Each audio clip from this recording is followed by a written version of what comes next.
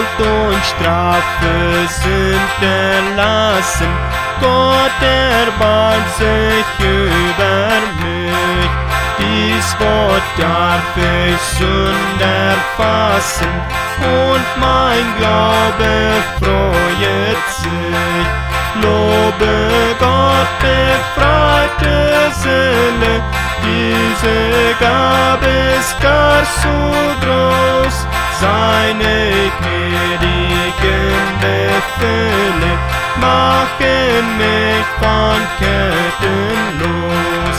Meine Rechnung ist vollendet, weil ein reicher Bürger kam, der sein teures Blut verwendet und die Salung auf sich nahm. Nicht ein Heller blieb mir stehen, Millionen sind gebüßt. Oh, wie wäre mir geschehen, wenn ich selber büßen muss. Oh, wie hat der Sündenmenge mich in 1000 Not gebracht. Wie hat mir des Königs Strenge ob der Sündenbann gemacht.